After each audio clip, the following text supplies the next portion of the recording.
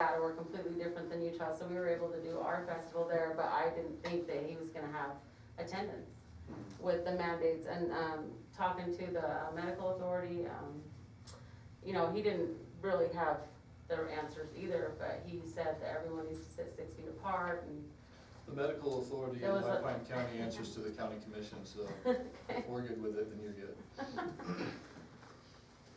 okay. Lastly, I just wanted to touch upon the advertising we've been doing. Right now, advertising on one national website. It's called nodepression.com. It's the website of the magazine No Depression. It's named after a song by a band from the 90s called Uncle Tupelo. Anyway, nodepression.com. We're running ads there. Regionally been focused on Salt Lake City mainly, and so I'm underwriting programming on KUAA, that's 99.9 FM. It's the Utah Arts Alliance's new community radio station. And so those spots, I believe, are running 6 times a day. And word is definitely getting out in Salt Lake and along the Wasatch Front. Also been advertising in Slug Magazine, which is Salt Lake Underground. It's a monthly publication that focuses on arts and music and culture. And I halted advertising in that publication after the last postponement, but I'm going to be resuming this fall. And locally been working with both KDSS and KELY, and they've been wonderful. KDSS had me on their program, I believe that was just this past January, and I'm hoping to go back on as we get closer to the event, and just to help get the word out again. And that's more than anything else, I think that's what we'd really like to convey. Just if word of mouth it would be tremendously helpful to us, and just let people know, yes, this event has been postponed, but the new dates are set, the lineup has expanded.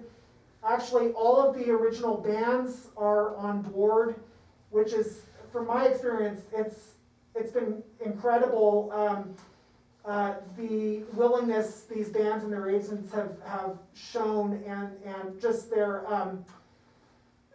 the fact that they've toughed everything out with me and stuck with the festival. It's been great. And Well, I and have a question. speaking of the band, oh, go ahead. Just thinking ahead, you guys are looking for grants and stuff for promotion. Probably if there's anything this group has done better than most things I've ever encountered is marketing and promotion. Mhm. And so there may not be a need for finances so much as, you know, we could consider partnership and just helping you to make sure everybody knows about it inside and outside the community. Well, Absolutely. I think We could consider it like one of our top tier Oh, yeah. events right off the bat and just Oh, go, yeah, no, I go can- with it. I can definitely add to this one. The local community is the toughest nut to crack. You know, I mean, marketing, you will always miss somebody. It's the balance of, you know, we're mandated to bring people into town, but if people in town don't know what's going on in town, then there's that disconnected experience. So I can sympathize in And the, that's where volunteering comes in a lot, because Mhm. then they feel like they're participating and being a part of it and actually helping create it as well. Mhm. So, yeah. which they are, but they definitely are. So to elaborate on what Ryan was saying, we offer a certain level of marketing support, gratis. That's what we put our room tax towards. You know, so if you're bringing in thousands of people a day, you know, we certainly see the benefit of that in the hotels. You know, and then so what we do is we reinvest in that through marketing. You know, so our PR agency, I mean, you can definitely count on a press release. You can definitely count on a dedicated email news blast to all of our subscribers. You can count on, you know, Errol and all of his social media and stuff like that. And what we usually do is anything that we post on our social media pages, we also post on the local social media pages. We usually also put in the newspapers, both of them, and then we also work with both the radio stations through doing interviews and stuff like that. So talking more about a word of mouth as opposed to like hard ad buys and stuff like that. I would recommend getting your festival on jambase.com. That's where I've always gone to find out where the music festivals are and everything like that. It's just Jambase, they're a Bay Area company. But That that would help would, you market California too. it would help Right you in the market middle. California. So people come from Salt Lake, but people also come from Reno or in the Bay Area Oh, too. if you're in the festival scene, you know people travel for festivals. That's Yeah. that's what Yeah, they they do. do. They You know, do. that's what I always did. So we can definitely help get the support out. Now from additional marketing, like Brian was talking about a tier 1 event where this is gonna be very significant to our community.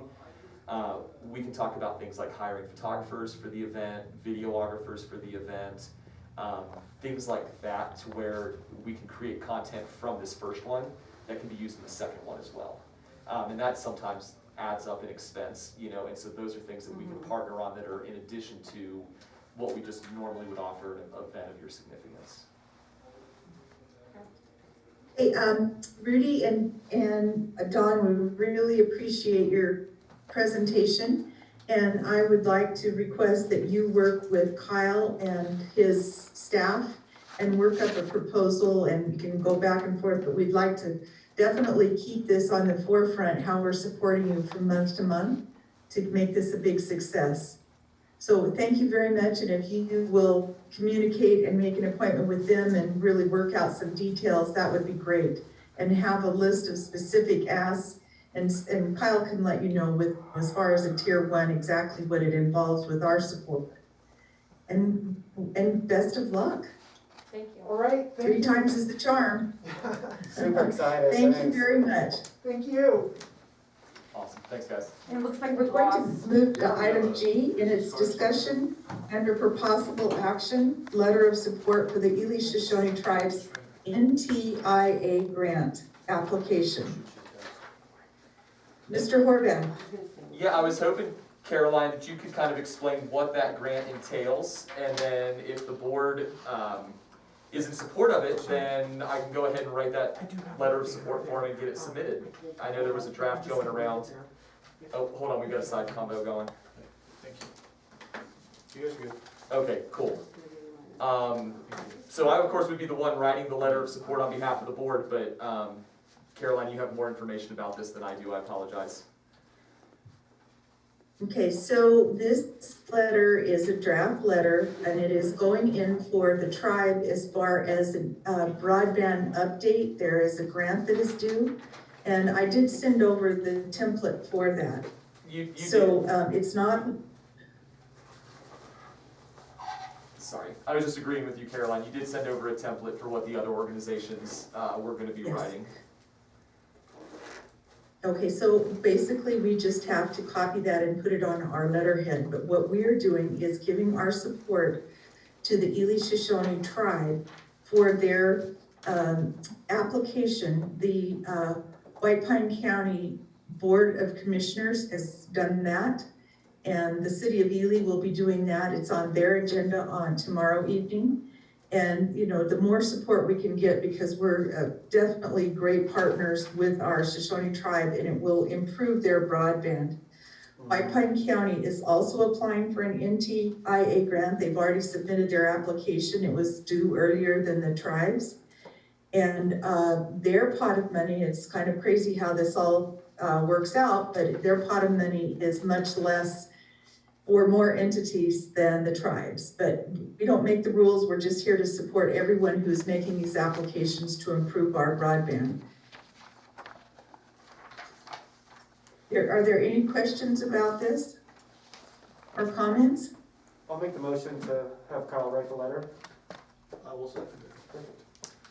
Alright, so All is there- right, well, thank you. Moved by Brian and seconded by Ian. Any other comments? All in favor, please indicate by saying aye. Aye. Any opposed? Motion carries. And Kyle, if you'll work with me on that, and we need to get that done today for them. Absolutely. Okay, moving to item H, discussion and for possible action, review of the 2021 strategic plan. So we have carried this over from last month, and if you look in your packet, let's see. If you look in your packet, you look at the 2021 strategic plan. And we did some updating it in July, but not everyone was able to be with us at that meeting. And since that time, I think Mr. Horvath has some additional items, just reviewing where we're going and some ideas that we can implement within, by the end. Kyle, do you wanna start? Absolutely, thanks Caroline. So you can look at it, like we said, we went over this last month and there's some additions to it. So those are really at the end of the document. So I'll kind of just breeze through and not really dive into the same depth as last time. But priority 1, focusing on developing the assets, events, and experiences currently within the county. We all know through the investments that we've made in everything over the last year, that is really our main #1 priority. You can see the new relationships we've made, and then the key accomplishments in the murals, the print pieces, how much we've awarded to the community in grants, $195,000, the new visitors guide, and then Park to Park in the Dark, to name a few. Going on to the second one, increasing room night and growth with a focus on drive markets. The proof is in the year-to-date comparisons, and we know that there's external factors every year that make those are what they are, and I know construction is a main contributor to that this year, but we have seen an increase in the leisure traveler as well. So we've been hitting our current markets pretty much as the board has agreed upon. It are the drive markets: Las Vegas, Reno Sparks, Ely, Elko, Phoenix, Tucson, Salt Lake, St. George, Twin Falls. It pretty much just encompasses the western states. The third priority is attracting events through countywide facility promotion and convention center technology upgrades. The big thing on that one is if you go into the back rooms, we are mirroring our 3 breakout rooms to have the same technology as the room that we're in right now, the White Pine Room. And we're pretty much down to painting the accent walls and installing the televisions. And when that's done, we'll have 3 rooms that can function independently, or they can be synced up and have all 3 rooms running the same info and sound if we were to do a big breakout back there. I'll give an update, we are moving forward with the Bristlecone Pine update. I've been working with the 1157 Design Company, and we're now with the National Park developing the text and the context and getting all of that stuff for the update to the Prometheus slab in the main room. The fourth one is the one that had the most additions, because again, I wasn't joking when I said to Rudy that the local community was the toughest nut to crack. You're always going to find that one person after the event that was like, well, I didn't hear about it. But I assure you, over the last year, we have been working on getting stuff in the Ely Times, the Bristlecone Times, KDSS, K-Ely, White Pine Talking, White Pine Clutter, posters at the businesses and hotels, and then we've discussed doing a local mailer again and going after grant money to go ahead and do that one. We actually thought about doing a mailer for the horse races, and when it came out what the price was going to be with the increase of everything, it just wasn't financially responsible to do that at so late in the game. But the things that I think that we need to focus on getting more awareness out to our local community is, #1, we've got to do that ambassador training that we've been talking about. And I feel like October is the month that we're going to go ahead and launch that. We've got strong September for events. October lightens the load a little bit more, and we're going to be coming up with that curriculum. Me and Abby, who's the Visitors Guide liaison, will be coming up for that. And essentially what we want to do is the initial training in the fall and then do a follow-up 2 months later. And really kind of not just do a training one time and out, but continue to follow up and then see how that goes, and then start bringing in the hotels and the restaurants and things like that. But it'll be full awareness of our print material, the narrative on how we market ourselves, kind of the flow of how you go through asking somebody what they're there for, and making sure that they've got the tools and the cheat sheets, so that if somebody does ask a question, then they know where to go to find those answers. Full tour of the website, awareness of the social media and campaigns and how we use it, all of that stuff. There is a new radio station in town, AM 1610. It is the Railroad's AM tourism related radio station. And so Mark has extended the invite to come up with recorded content for that. So we're trying to decide, how often we're going to be able to do that, how much we need to update it, and do we do monthly radio ads that has the entire, events for the month? Do we do every other week? How do we utilize this new tool? It is brought to our attention, and we knew this, it wasn't really brought to our attention, but it was just kind of reinforced that the hotels bring in a lot of groups on their own, and those groups don't always come through the convention center. We've got swag, we've got logo materials, we've got marketing materials that we're realizing are not making it into visitors' hands because we're not aware of that. So one of the goals to finish out the year that I'd like to do is get a better relationship between the hotels on sharing information on what events are coming in. And there are certain hotels that I've asked for this, but we need to know from all the hotels so that we can have bags ready, brochures, magnets. If it's a high-end group that's coming in, they need to be rolled out the red carpet even if they're not using the convention center. So that's kind of an end of the year goal. And then another end of the year goal where we're going to start tomorrow actually and run this to the end is just doing weekly posts of a 2-week forecast of what's coming up. It will be a social media campaign. We're going to do it on every Monday of the week. So it'll be, here's what's up for the next 2 weeks, here's what's up for the next 2 weeks.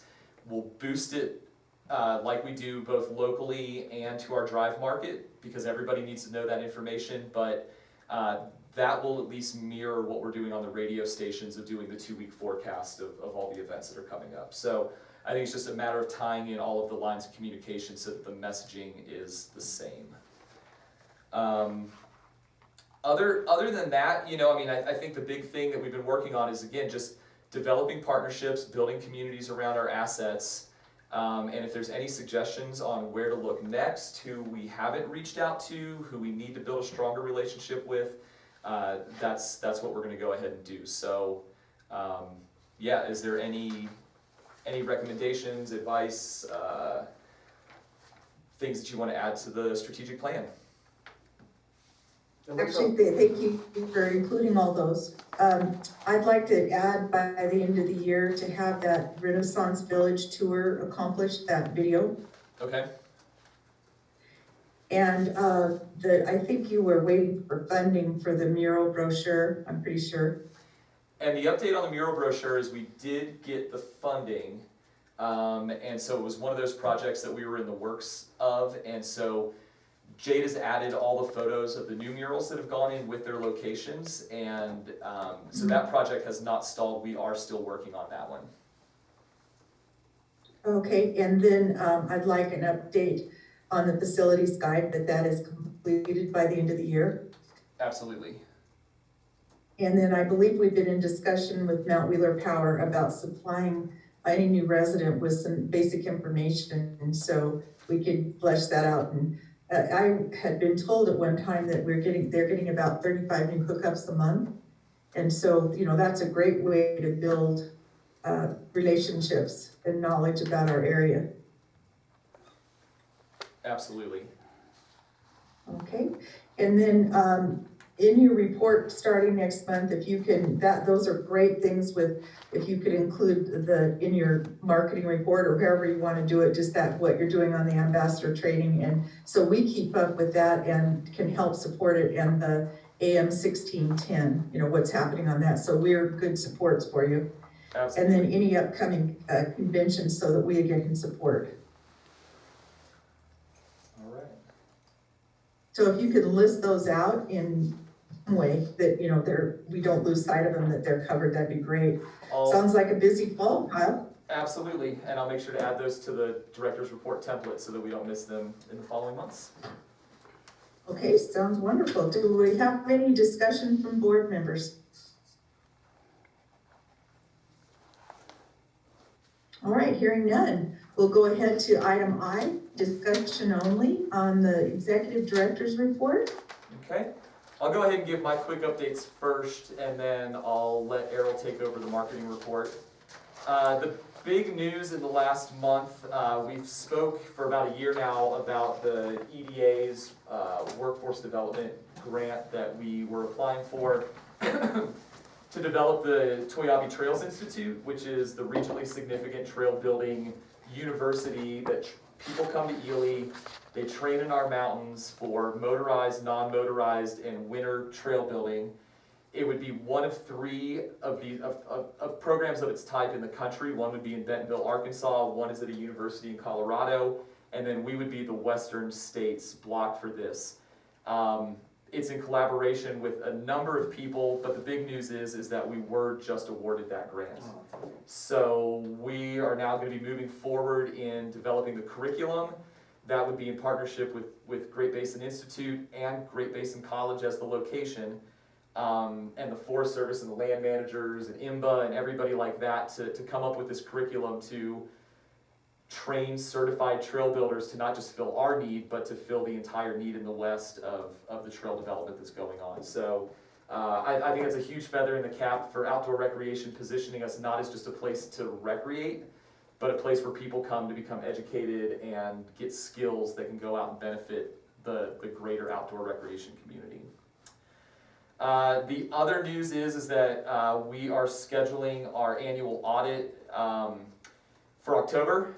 And so that will be happening probably at the request of the auditing company. I'm just going to disappear for a week, and we'll lock ourselves in the room and we'll bust this out in a much shorter time than last year, which had its own issues with COVID and everything. But this year we'll be able to bust it out, but we're going to be doing our audit in October.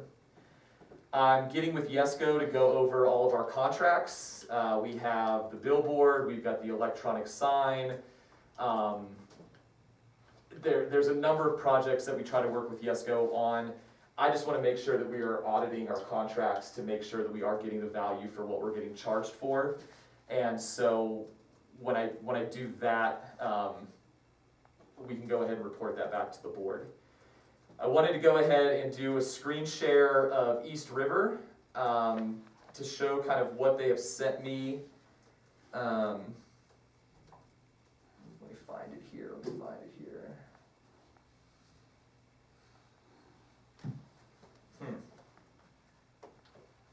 Here, we're just going to click on this one really quick. There we go. So this was East River's marketing recap for July. And so you'll see that it involves exactly what we were talking about. It's a press release once a month based off of whatever topic that we are pitching. Last month it was the horse races. They usually follow up with any kind of interest in that and send that my way. A lot of the advertising requests that come in are paid. So it's, give this person $6,000 to come down and they'll write something about you. So we kind of weigh those. We like the unearned ones, or where people are doing it because they like our story. So reached out to all the press release influencers, eBlast, which is what we added last year, so doing the eBlast to about 780 people right now, and I think the eBlast could actually have a better open rate, so that's something that I'm working with East River on. I'm trying to figure out how to get more people to open and actually click into our links that we're giving, and they do all the design and everything like that. This is the list of all the media that has bid on anything in 2021. So this is one of those things where I would like to see more. It's a very short list, and I think that's something that East River can definitely do better on, getting us more news coverage. I think that's exactly why we hired him for that. So that's the update on East River. Okay. Yeah, Caroline? Could you go back to that screen? Could you go back and screen share again? Because there's a huge gap in dates. Yep, let me just find that again real quick. Sorry.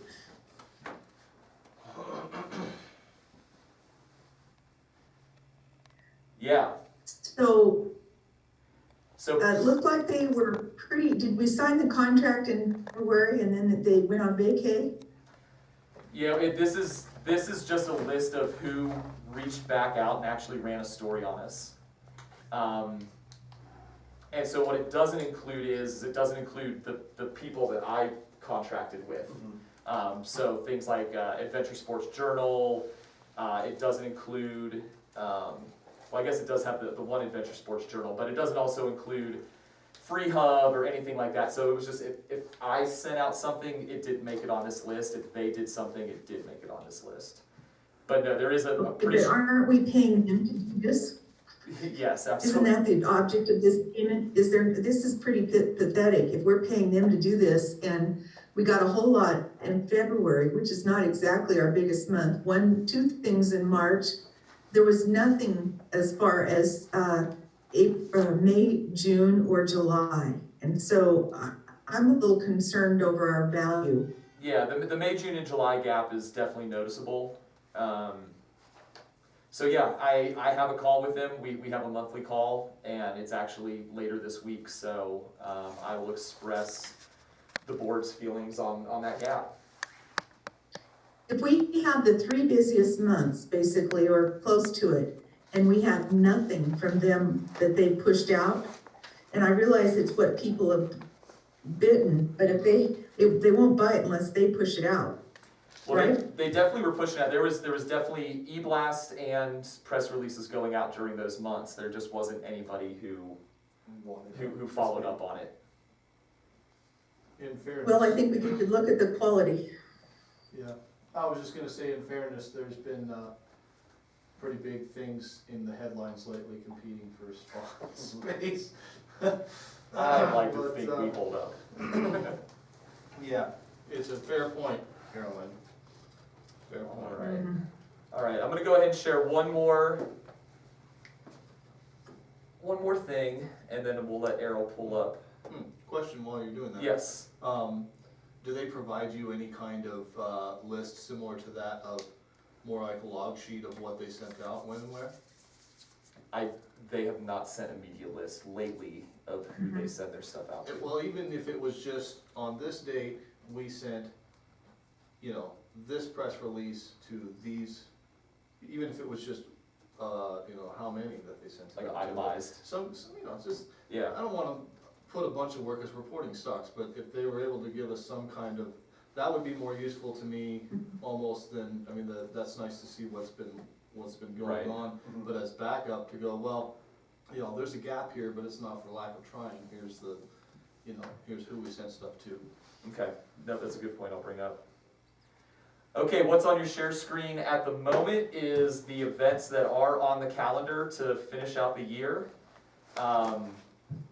September's a big month, as it usually is, and then it dwindles in October. There is nothing on the calendar right now for November, and December is all about the holidays and Christmas parties and things like that. The Ministerial Association skipping their, So what I was gonna say was, if there's something that you see that's missing, it's a community-wide effort to keep this list, accurate. You don't know everything? I don't claim to. But yeah, you can definitely see where the So gaps are Kyle, going to be. So Kyle, could you please talk about the barbecue tomorrow night? There's not even a date on this calendar, and Well, that was my next, we're kind of. Caroline, I got it, hold on. Thank you. That's next on the list. So tomorrow is, hold on. There we go. So tomorrow is the Q&D Construction End of Summer Community Barbecue and Concerts. We've got the radio stations that have been putting this out. This poster was in both of the newspapers last week. We've been putting it out on social media. There's been paid advertising going behind it, and then posters put out around town.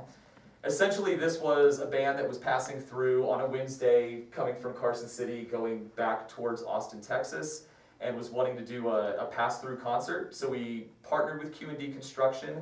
This is a free show where the first 500 people to show up, Q&D is providing barbecue food for them, so hot dogs, hamburgers, drinks, chips, beans, salad. It is going to be a bring your own beer event, but we will have non-alcoholic beverages there. The food will start being served at 5 o'clock, and the band will come on at 6 o'clock and do a 2-set show. We'll have our cornhole boards out there. Essentially, it's going to be our end of summer party, you know, because school starts on Monday. So, according to the Brewery Arts Center in Carson City, Gina said they played an amazing show on Saturday. They were in Tonopah last night. They're going to be getting into town tonight. This is at Broadbent Park, so I wanted here